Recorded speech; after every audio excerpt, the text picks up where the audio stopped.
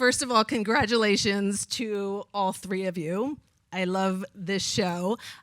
Luke, I want to start with you. You, of course, knew Amy and Dan Sherman-Palladino because of Maisel and playing Lenny Bruce, and I know that they essentially wrote this with you in mind.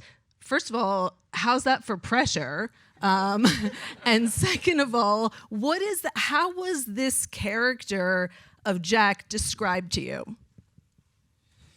I don't know if there was a description. I mean, it was kind of described as a guy who grew up with means, from New York, kind of had a lot of exposure to this, to this art form, but also culture itself within the city, and it kind of sparked my imagination, of what, because of what it would be to grow up at that time. I thought about a kid growing up in New York City and having access to all of the venues in the 1980s and how exceptional a time it was, what a hot time it was for art. And I know that it was a hot time for ballet and for everything. And so that just sort of, it piqued my interest. Mm-hmm. And then, I knew that there would be stuff about, having sort of prickly familial relationships and, all that good, juicy psycho hell of being human. Okay, well then, I'm going to go to you, Kelly. Speaking of prickly familial relationships, you are one for one with Amy Sherman-Palladino with shows. She won't make a show without you, and we benefit from that because we get to see you. Do you have like a bat phone at home where when Amy comes up with an idea that she calls you? What actually happened on this one, well, of course, Gilmore Girls was just a little bit of heaven, and Bunheads made total sense because you guys may not know this, but Amy grew up being trained as a classical ballet dancer, as I did. I don't know, she might have worked one or two jobs like as a dancer, and then she went on to become an incredible writer. But I went on to dance, so it was logical that Bunheads would include me because we knew we had that background. And then she put me into a wonderful character as a guest in Maisel, which was great. Now I'm sitting around. I knew all about Étoile. I knew that they were in Paris. I was very envious of Yannick because he goes there. And my agent called me and he said, there's a cast breakdown that just came out. So they'd been there in Paris for a while. And he said, there's this character, this wealthy woman, I can't remember how it was broken down, but it's made sense. Her name is Clara, and, it sounds like something that you could do. And I went, Now, this is tricky because I love Amy. We have really become friends, and it's deeply important to me. And in fact, the friendship is more important than the career part. But that said, I thought, okay, how to do that? So I sent her a text, and I put it this way. I said, this is part of Clara that's come up in the cast breakdown, and I'm wondering if it's something I should pursue. And God love her. And she said, put yourself on tape. Yeah. But her answer to me was, we'd love to have you play our Clara. And I went, I think I just got myself a job. Yeah. In the writer's room, we called her Kelly. Yes. They wrote it for you. Well, I've read that little thing, but she did say something that I read this morning from the event last night, and she said that I've been in every show that she's done, and she said, something like, why stop that happening? I'm going, ooh. Yeah, I'm magic. We are all here for it. Gideon, I love nothing more than the fact that you started in the writer's room, and that was your path to being, exactly, Renaissance man over here. But was there something going on in the writer's room that you were like, okay, I need to be in this. I understand Tobias, I understand who this is. Yeah, I met them during Maisel. I'd been writing for many years, but I'd never submitted my writing professionally before. And then they asked to read it. And then I feel very blessed that they asked me to join the room for Étoile. And they said, we'll well, we know you want to be an actor, so we'll put you in front of the camera one way or the other. And I think I thought that meant a guest star or recur, nothing like this. And then we were about a month into the writer's room, and every time they talked about Tobias, they would look directly at me, and they would gesture to me, and I kept talking to the other writers, and I was like, what is going on?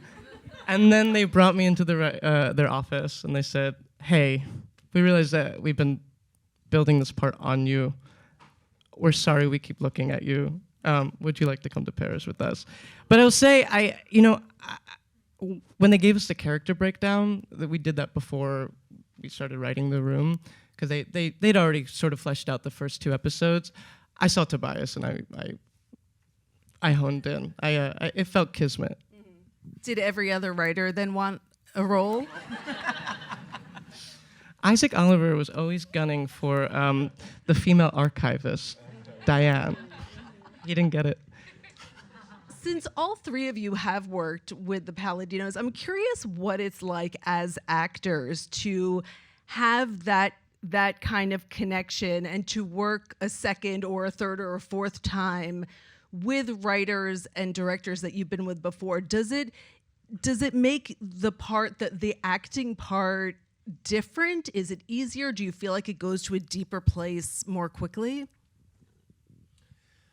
Oh, it feels, that you sort of develop a bit of a shorthand, I think, that helps on the day. I don't know that it takes away from any kind of like inner terror about disappointing, everybody. Mom and dad. And, the whole family and the world. In fact, it actually kind of I found it was increased, I think, probably, just because I sort of slipped through the cracks on Maisel and just sort of, I mean, you got an Emmy nomination. I did. An Emmy win. Emmy win. That too. Yes, thank you.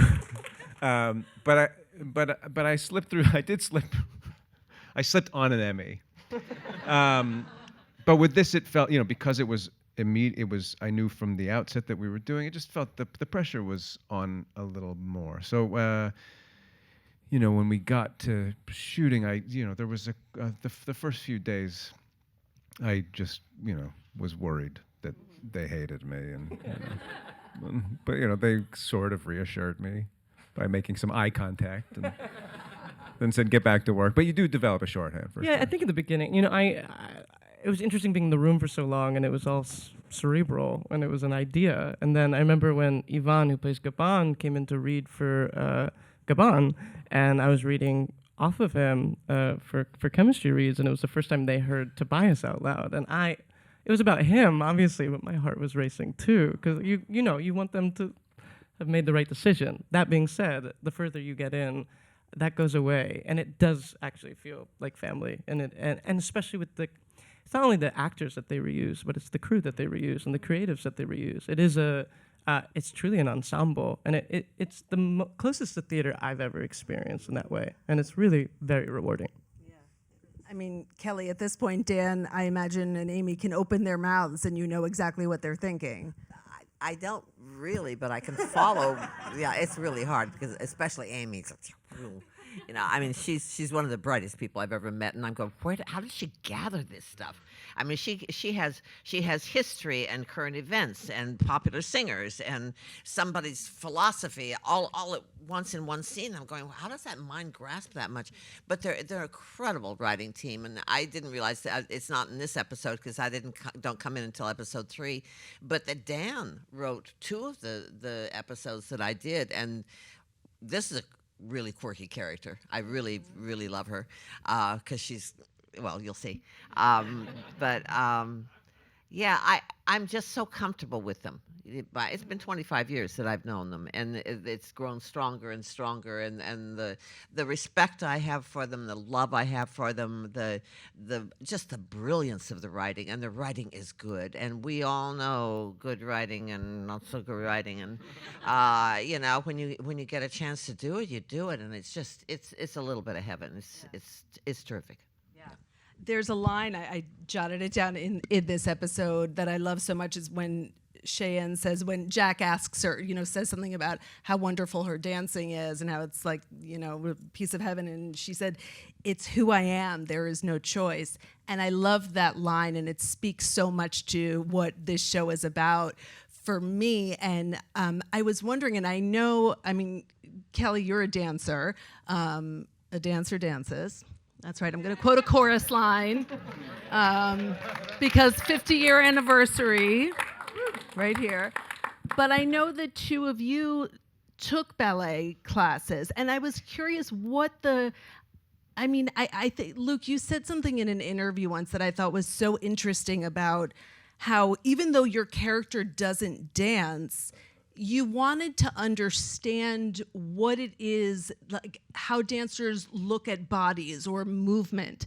And I thought that was such a beautiful approach to playing someone who is involved in dance and yet doesn't dance at all. Yeah, Jack is, for better or worse, these people are commodities to him, and he, I think that people that work in that world have a very keen eye and understanding of the line of a body and how it moves, and I wanted to kind of have a better sense of what that was. But it really, it gave me a real appreciation for what dancers put themselves through. But also kind of because of the demands and the dedication that is asked of you, I could also see how you could get addicted to it. Because it wakes up parts of your body that you don't really know exist, and to kind of, and then you find yourself going, oh, I want that to stay awake forever. I'm not going to become a dancer. Unless you ask nicely. But yeah, no, it was fascinating. Yeah. How about for you, Gideon? Yeah, I did some ballet training. It was really important to understand the vocabulary, the physical, but also quite literal vocabulary. It's interesting with choreographers, having worked with a bunch, they don't really dance. They obviously comport themselves as if they had, but for me it was about how to take up space. But I'm a really horrible dancer, and so the more I danced in the show, the more they took away. And I was fine with that. I read that you kind of trailed Christopher Wheeldon, who's a friend, just to sort of see, and obviously an extraordinary talent. So how did trailing him sort of give you insight into your character? Yeah, well, he just lives and breathes it. Mm-hmm. And I think that was really what was so edifying, because Tobias lives and breathes it. And the quote that you just did from Cheyenne, I think it's the same thing for Tobias. It's not even about ego. It has to come out, and it has to be expressed. And Wheeldon's the same way.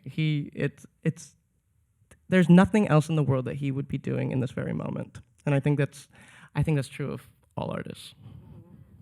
How much do you want to know as actors your characters' sort of origins? Like, I found myself at times so curious about, like, I love that Jack he could just be a trust fund kid. He could just be like a rich kid, and he's invested in this, not just financially, he is emotionally invested in it. And I was just so curious. We find out about Clara's, we find out about the family a little bit more later in the show, and like, I want to know, like, how Tobias, like, what was the first pair of earphones, like headphones? Like, I was just so curious about some of the early stuff. Do you want to know that stuff, or do you build your character by yourself?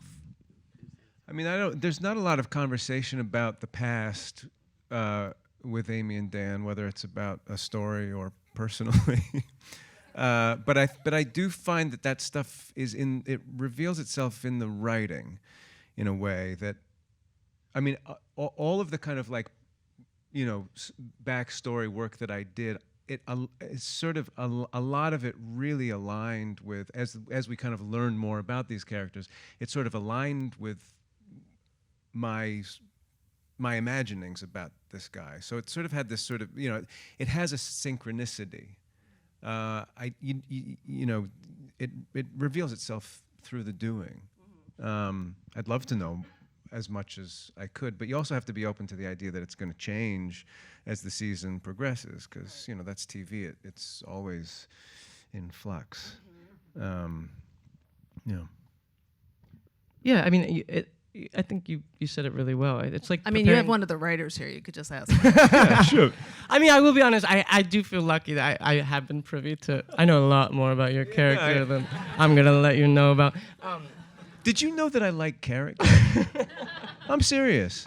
No, but Also, my mother called me and she was like, "How did they know?" Because Simon Cowell has a line where he's like, "Oh yes, you were always crying. You were in your striped pajamas? Overall." look at you now. And my mother called. She said, "How did they know?" And I I think they're witches, though. They're really smart.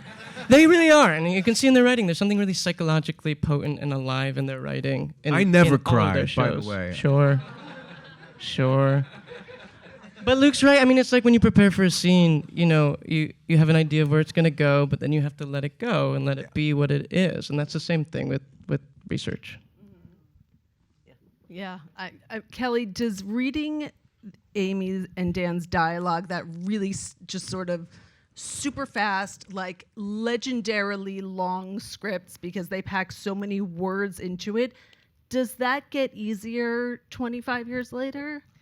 I actually think it does because it became a habit. I think one of the things that when we started Gilmore Girls, and I was relieved after the fact, in working in theater, it was always terribly important to me once I became an actor to do the words as written. I always figure a playwright does not write one draft.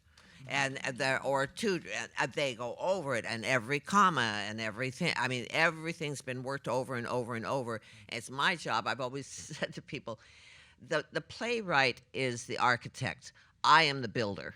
It's my job to follow the blueprint, which is called a script. And yes, it's very hard. But the nice thing for me, it's just because I lived in New York for so long or whatever. I was on several occasions when I was working on a play, the director would say, "Slow down." And so now I get with Gilmore Girls, and they go, yeah, but now this makes sense. Yeah, it's just, and when you go back to, your own personal exposition in order to make a character real, and I think we all do it, is you start, even if you may be wrong later, you start making up things about where did she come from and where did she go to school and and then it can change. But every once in a while, I mean, it happened a couple of times with Amy that suddenly, like, I don't know, 35 scripts in, I'd look at it and go, it's exactly what I was thinking, So it's just. Yeah, just jump in, but yeah, and the more you know, I'm one for the same. The more you know, the better. You don't have to show it; you just have to know it, and it makes you more fully human. I think to have that information for yourself. So. I was reading an interview with Dan, and I jotted it down because I loved what he said. He talked about the show being about the struggle to make original things and get an audience, and it's about pursuing a dream. And there's something very, very pure and not cynical, and it's wrapped up in this other story and Paris and New York and all of this other drama. But at its core, it's very much about that. And I was curious for the three of you. I imagine that resonates strongly. I mean, you must at times take jobs for money, and then there are times where you take jobs because you're like, this fuels me as an actor. Well, it's kind of basically who we are, and I bet you're all the same way. We have a dream. We follow the dream. And with dancers, like the Cheyenne character, that's who I am, or what you were saying it. But that's how you are, especially as a ballet dancer. I mean, because you're so drilled, and you started like hard when you're 8, and you go solidly for 10 years, and you don't mess around. And that mirror, I remember somebody saying to me, I'm always go do asides, but somebody said, dancers are just so selfish. And I said, what do you mean? They said, I always look at themselves in the mirror, and I go, we're not admiring ourselves. We're looking at every fault that we have. No, it's being driven, and I think actors do the same thing. You love it, and when you get those jobs, you have to do the money jobs, and you have to do, every once in a while you just get the dream job and you just keep doing it. I mean, it's a wonderful, it's a difficult thing to be, but it's a wonderful thing to be an actor. Come on, man, it's great. Yeah, it's an impossible thing to be. And it's an impossible thing to be, and yet you keep working, and and that's what we do. We work, but it's an aspirational work. What Dan is talking about, that sort of building on a dream, and it like ballet, is sort of an aspirational art form. We all are kind of pursuing something that is a yearning for something better, different, adjacent to reality. It comes from a need that is sincere, and we shouldn't be cynical about it, I don't think, yet. Gideon, what spoke to you? I mean, I think in so many ways Tobias is like the living embodiment of that idea. Cannot let something, I mean, I don't want to spoil things that happen later in the series, but it has to be what he feels is what it needs to be before people see it. Yeah, I mean, Tobias is obviously a complicated, tricky character, but I always understood where he was coming from because of that, because of his need to get it right, not again for ego, but for him, because he's an artist, and so no matter what, it's about having the vision in his head become real. And I think for him, when it doesn't align with what he sees, I mean, he's viscerally sick, and he's delightful to play because of that. But again, it comes from a conviction of wanting to do something beautiful, and so I'm always rooting for him. I never properly trained, and so I always think of it as training. I always think of it as more process than the end result. And I'm always trying to figure out, how can I do this differently? How can I do this better? How can this be deeper? How can I approach it in a different way? And that comes revelation. And it's there's something, and the Greek word for ecstasis, for ecstasy, is to leave your body. And I think that's always what I'm trying to get, where I'm just not having thoughts anymore, and I'm just hooked in. It's the greatest feeling in the world. Do you remember the first time you all had that as actors? Yeah, I was in second grade, and I was a lost boy, and we in Peter Pan, and I had to fall out of the boat and onto like a blue gym mat, and the crocodile or whatever was coming, and the tick tock, and I was like, I'm scared, man, and I was looking at the blue mat, and I was like, I think it's wet. But I also think I do think that another thing that's great about the work is, for me, it puts you in a room with people. And I spend a lot of time not knowing where the fuck to be. And when I started being in theaters, I thought, I kind of felt a kind of home. And this show is also about a company and what it takes to build a company. And it does take a lot of work. And some of that work, I think, is cynical. The pursuit of commerce is something that we're all having to be up against in this sort of pursuit of a dream. But yeah, to be in a room with people is why it always is revelatory. Because you're always with, we are moving together. Yeah. We have time for one more. Right. Kelly, the first time I saw you was at Sheila in Chorus Line. Oh, yeah.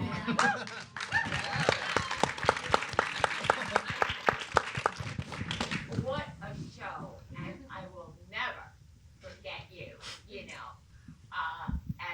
well, here are the girls and here are the boys, well, where are the women? Such an inspirational show.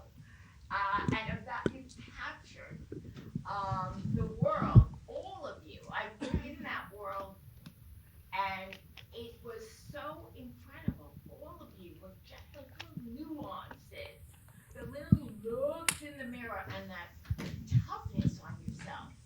It really, you all captured it so beautiful and so realistic.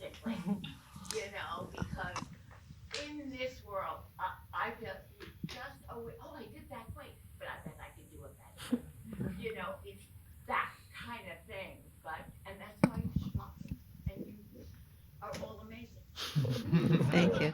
No, thank you. Really. Yeah, it was very unusual, and it did take over the world. Any of you who saw it or were around then, I mean, Chorus Lines just took the world and held it.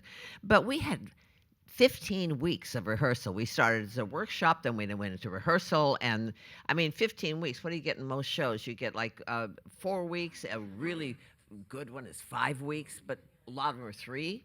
I mean, to find it. And so that's also why we were able to be so realistic. A lot of it being that most of them weren't actors. I was an aspiring actor and a few other people who'd done principal roles. But I was just starting into that. But the other ones were dancers, and so they had to like feel their way. And Michael Bennett did a brilliant job directing them. It was like, I swear to God, I saw 18 directors, one for each person as it had to be. But then it was very real, and for me, of course, it was delightful. It was my story. It was my life. It was almost verbatim my what I was saying in the tape sessions you may have heard about. That it was, and I looked at the script and I went, oh, it's a transcript.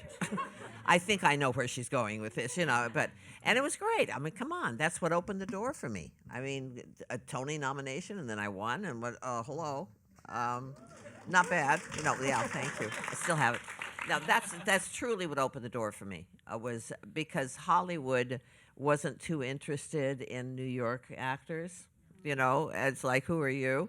And suddenly winning the award moved everything over, and the next job I had was I think Heart to Heart, no, it wasn't. It was Hollywood. What is it? I mean, Hawaii Five-0. Oh yeah. The next job I had was Hawaii Five-0 on television. Cool. So it was great. I'm so honored to have it. And now we got 50. This is the 50th year, and for the Tonys, by the time it gets to Tonys next year, it was 76 when we took the Tonys. So. And Bjork Lee, who's done a lot of stuff, working on keeping this this show alive, she's got a few things coming up. So you keep your ears peeled. I don't even know exactly what they are, but there's a couple of things for Chorus Line, which needs to be celebrated. So thank you. I listened to one of my inspiration songs to listen to when we were doing this is a song called "At the Ballet." And because Jack is like he grew up watching ballet, and it really kind of was so a week ago I say I'm going to listen to Kelly Bishop's book, and I didn't know that it was your story. Anyways, it's if you don't know the song, you really got to listen to it. But it was really cool that my mother wrote that song. Yeah. No, and I think personally, from me, but I really think it's true. "At the Ballet" is the prettiest song in the show. Oh yeah, I mean, just melodically and rhythmically, it's wonderful. It's a heavy Maybe in song. the canon. Huh? Maybe in the canon, I dare say. It's It's one of my favorite definitely- songs. Okay. I will say you can see Kelly perform that on YouTube. Someone, yes. Oh, yeah, you sure can. And you can see all of Étoile on Prime Video. I want to just say congratulations so much on this extraordinary season 1. Luke Kirby, Gideon Glick, Kelly Bishop. Thank you so much for Thank joining you. me.